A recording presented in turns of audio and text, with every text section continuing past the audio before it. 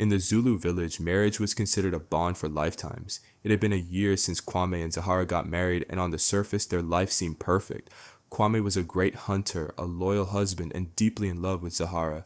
He always believed that their relationship would be as strong and unwavering as the teal birds, but in love, what appears true is not always the reality. Jabari, who had once been a silent spectator at their wedding, was now burning with jealousy and an unspoken desire. Kwame had everything, respect, power, and now a beautiful wife like Zahara. Jabari had always admired Zahara from a distance, but now he began to see her in a different light. His confidence, his strong presence, and the cunning smirk in his eyes slowly began to ignite something within Zahara. The first time they met alone, it was an accident. They crossed paths on a deep jungle trail. Zahara laughed and asked, "Well, why do you always wander alone in the jungle, Jabari?" Jabari smirked and a smile that was both mischievous and mysterious. Inka, "Because I love the freedom of the jungle. Out here, no one can see you." His voice was calm, almost hypnotic. Zahara paused for a moment, intrigued. There was something different about Jabari, something raw, something that made her restless. Kwame was a strong warrior, a protector, but Jabari had a wildness in him, an untamed energy that made her heart race. She had never thought about anyone other than Kwame, but Jabari's presence, his words, the way he looked at her was awakening feelings she had never experienced before. This was the beginning of a secret that only the jungle wind knew. After their first meeting, their paths began to cross more frequently.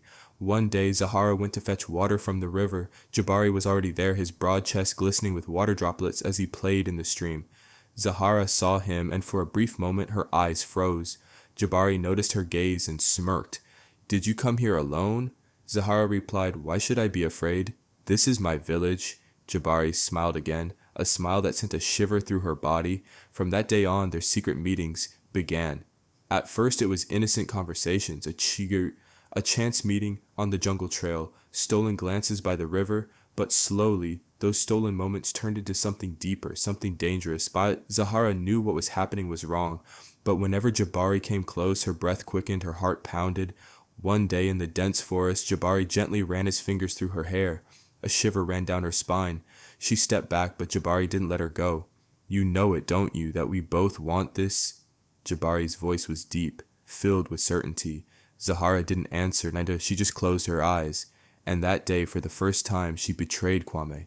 For the first time, she embraced Jabari. This was no ordinary love. It was a love that thrived in the shadows, witnessed only by the wind and the whispering leaves.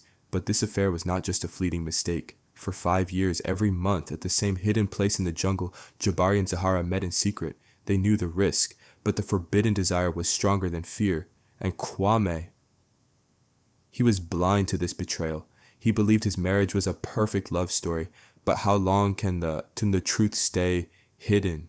For Kwame, life was like a beautiful dream. His marriage had completed 5 years, and on the surface, everything seemed perfect. But deep inside, something had started to change. Zahara, who once shared everything with him, had slowly started to drift away. The smile that once greeted him with love had now become a forced courtesy. Every evening when Kwame returned home, she used to embrace him warmly, but now she simply smiled and busied herself in work. The passion in her eyes was fading. One night Kwame held her hand and asked, "Are you okay, Zahara? Lately it feels like you're somewhere else." Zahara forced a smile and replied, "I'm fine, you're just overthinking." But Kwame knew the truth. Love cannot hide lies for long. Over the next few weeks, he started noticing things.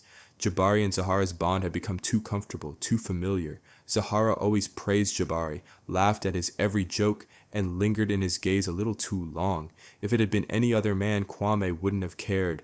But Jabari? One evening during dinner, Jabari jokingly said, "Sister-in-law, if Kwame weren't around, who would you have married?" Zahara laughed, but there was an uneasiness in her laughter.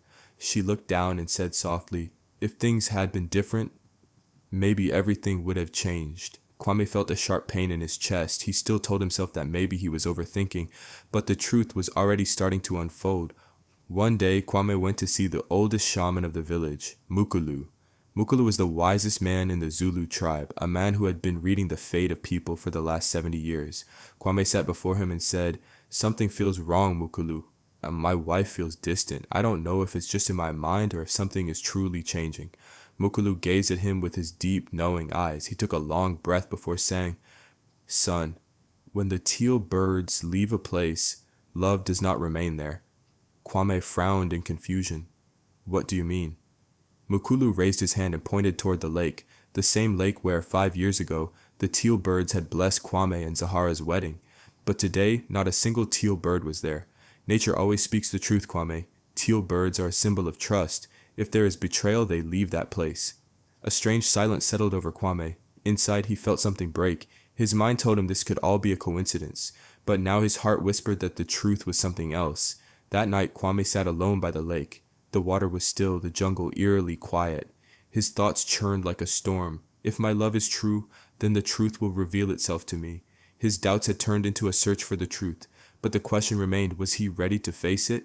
Early the next morning, Kwame and Jabari set out for a hunting trip into the jungle. Every year, the warriors of the Zulu tribe participated in this ritual to test their skills, an ancient tradition meant to prepare future leaders with the knowledge and strength of the wild. As they walked through the dense forest, Kwame felt lighter. Maybe this was the moment to rebuild their brotherhood. Maybe things would go back to how they once were. But there was something in Jabari's smirk, something dark, something dangerous there. As they walked further, they reached a small lake where teal birds were floating peacefully. Kwame recognized them immediately, the same birds that had blessed his marriage. With a soft smile, he said, "These teal birds are sacred to our village. It is forbidden to hunt them." Jabari chuckled, his tone sharp. Forbidden? There is only one rule in the jungle. The hunter survives. Without hesitation, Jabari raised his bow, drew an arrow, and aimed it at a teal bird. Swoosh! Thwack! A sharp sound cut through the air as the arrow pierced the bird's body. The lifeless teal fell into the water, its red blood slowly spreading across the surface of the lake. Kwame stood frozen, his eyes wide, and then, in his mind, Mukulu's words echoed, "Kofrezu." When the teal birds leave a place, love does not remain there.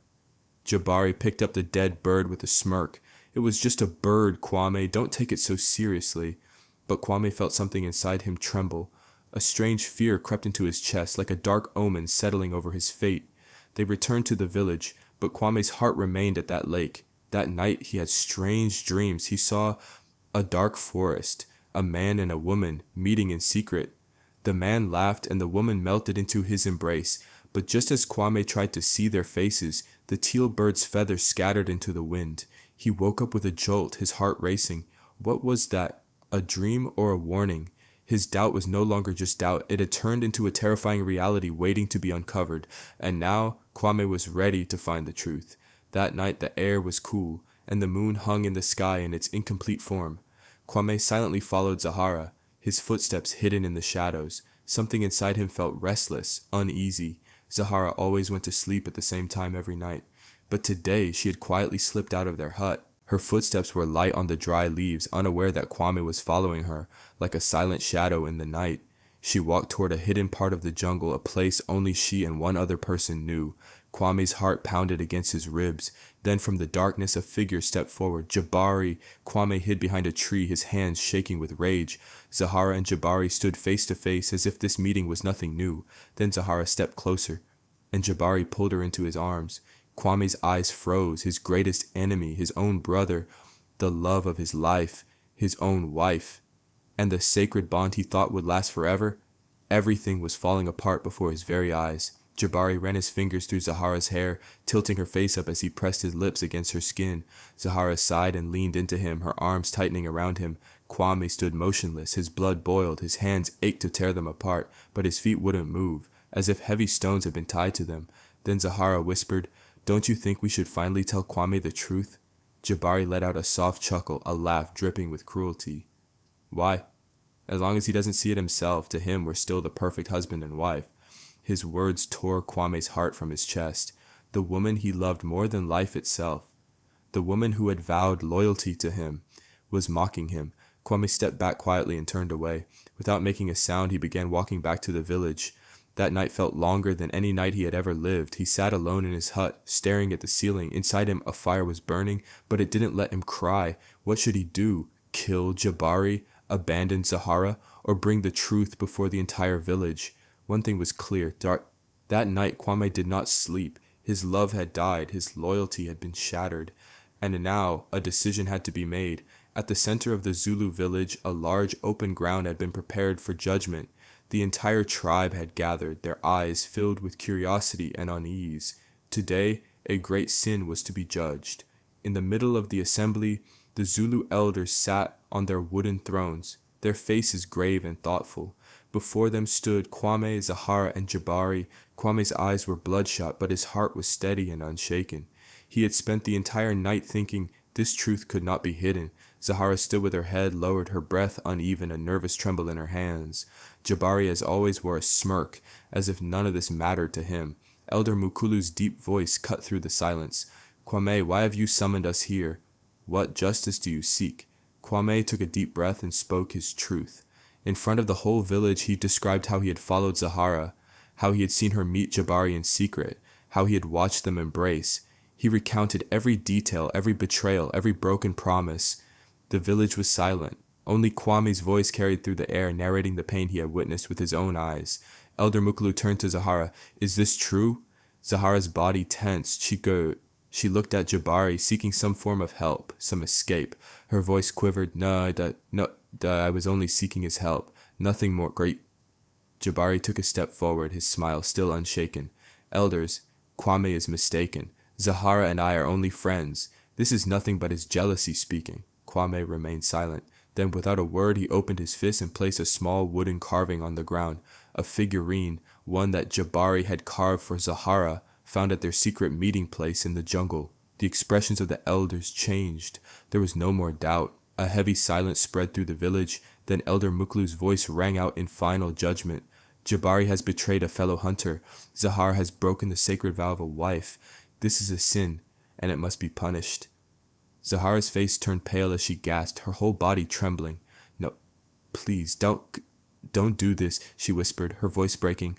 Mukulu closed his eyes for a moment before delivering his verdict. Zahara is no longer a daughter of this village. From this moment she is banished. She can never return. This place is no longer her home. Zahara's knees buckled and she collapsed to the ground, her lips trembling. Kwame never once looked at her. Then Mukulu's gaze shifted to Jabari. Jabari, you were a brother to Kwame. You should have been his ally, his protector. Instead, you destroyed his home. Death would be an easy punishment for you, but you will not be given that mercy. You will live, but you will live in disgrace. Jabari clenched his fists, his head bowed, his pride crumbling. His face still held the remnants of his fake arrogance, but his eyes revealed the truth. He had lost everything. The villagers turned away from both of them. Zahara's cries echoed in the air. Kwame, forgive me, Kwame. But Kwame did not turn back. There was no anger in his heart anymore, no hatred, no love. Jabari took heavy steps away from the village, stopping only once to look at Kwame. But Kwame's face remained emotionless. Jabari understood he had lost everything. The villagers returned to their daily lives. The decision had been made, and they had no reason to dwell on it any longer. Mukulu placed his hand on Kwame's head and declared, from this day forth, you are the new leader of this village. You have made the truth your strength. Kwame bowed his head, but inside him something had died. He thought only one thing, Dosain. Love is won by loyalty, and those who are not loyal are not worthy of love. After that night, Kwame never looked back. There was an emptiness inside him, but pain no longer had meaning. Zahara was no longer a part of his life. Jabari was no longer his brother. As a leader of the Zulu tribe, Kwame dedicated himself to his people. His days were filled with hunting, protecting the village, and training young warriors. This was his new purpose. But at night, when the village slept, there was still a restlessness inside him, a feeling that something was missing. Is love just an illusion? And he wondered. Does true love exist only for those who are loyal? One day, Kwame wandered alone into the jungle. His mind was calm, and the battle within him had slowly begun to settle. He thought to himself, perhaps I will never love again. Perhaps love is just a fleeting dream that only brings pain. And then he saw it. By the edge of a small lake, two African teal birds floated together side by side, close to each other. A strange peace settled over Kwame's heart. 5 years ago, on the day of his wedding, teal birds had come, and he had believed that love lasted forever. But today, he understood the true meaning of their presence. Teal birds were not just a symbol of love, they were a symbol of loyalty. Only the ones who were true would remain. Kwame let out a slow breath, a faint smile appearing on his face. Not a smile of happiness, but one that comes after enduring pain and finding peace. He closed his eyes and thought, Maybe one day I too will find someone as loyal as the teal birds. He refused to let his small hope die. He refused to let his belief in love fade. The jungle breeze turned cooler. The teal birds flapped their wings and took flight together. And Kwame stepped forward, embracing his new beginning. Those who are not loyal are not worthy of love.